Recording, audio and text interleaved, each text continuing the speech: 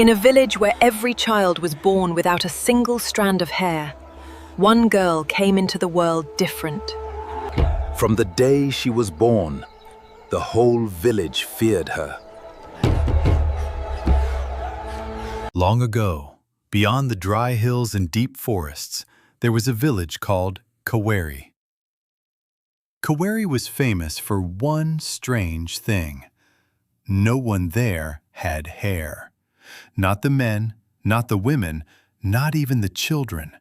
Every head in the village was smooth and bare, and no one questioned it because that was how life had always been.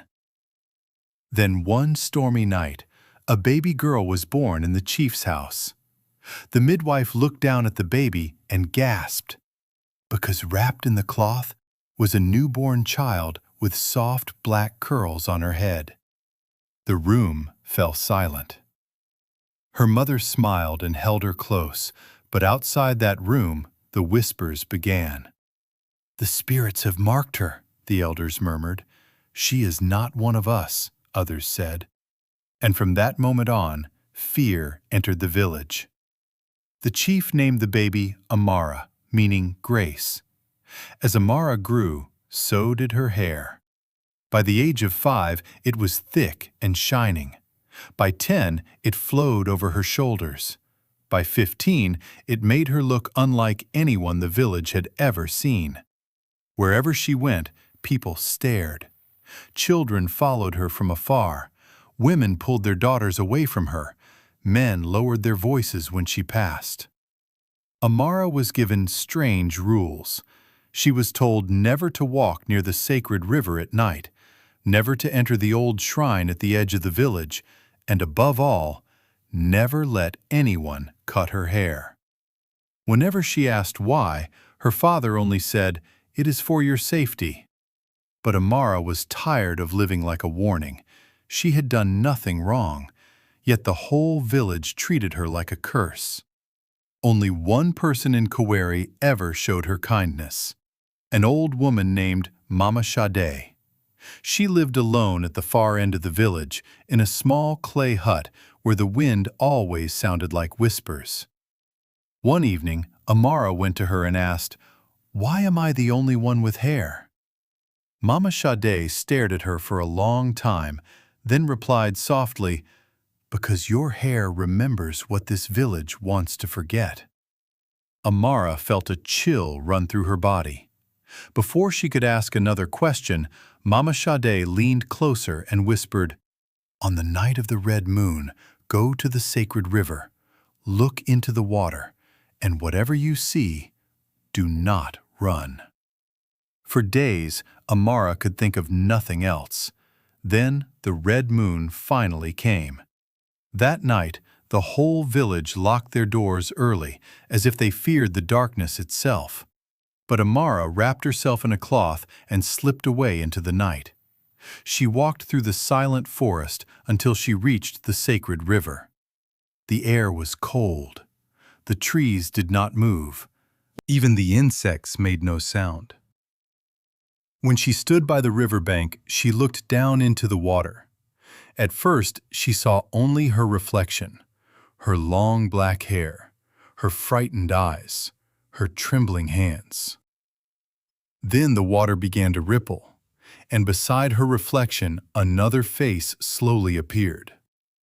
It was the face of a woman, beautiful, sad, powerful.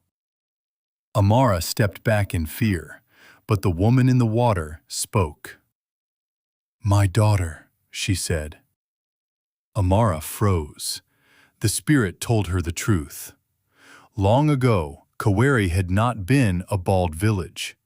Everyone had hair.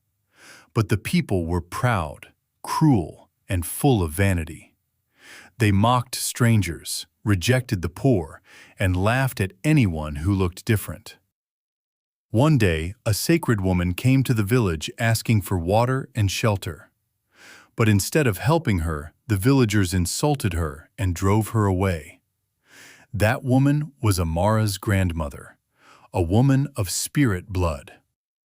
Before leaving, she turned to the village and said, Since you worship appearance and mock what is different, may your pride leave your heads bare. And one day, a child will be born with hair to remind you of the truth you buried. That child was Amara. Her hair was never a curse. It was a sign, a living reminder of the village's shame. Before dawn, Amara returned to Kaweri. The next morning, she stood in the village square and called the elders forward. At first, they denied everything, but when she repeated the words of the spirit woman, the oldest elder dropped to his knees.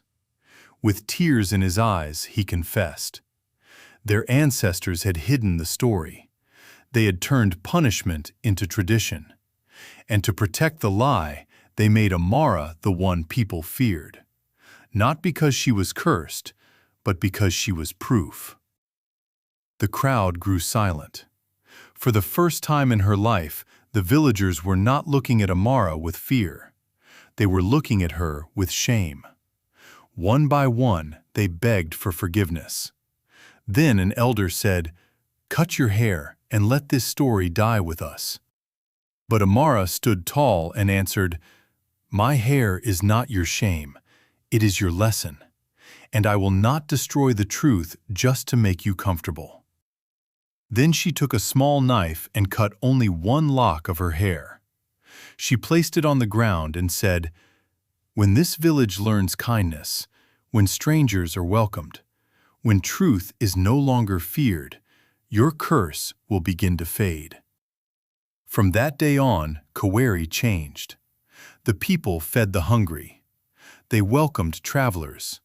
They stopped mocking what they did not understand. And slowly, over the years, children began to be born with hair again. Not all at once, but enough for the people to know the curse was lifting.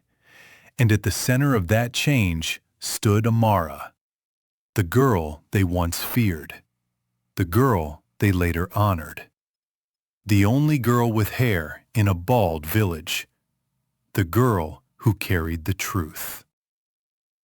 And so the village learned what they should have known from the beginning. What makes someone different is not always a curse.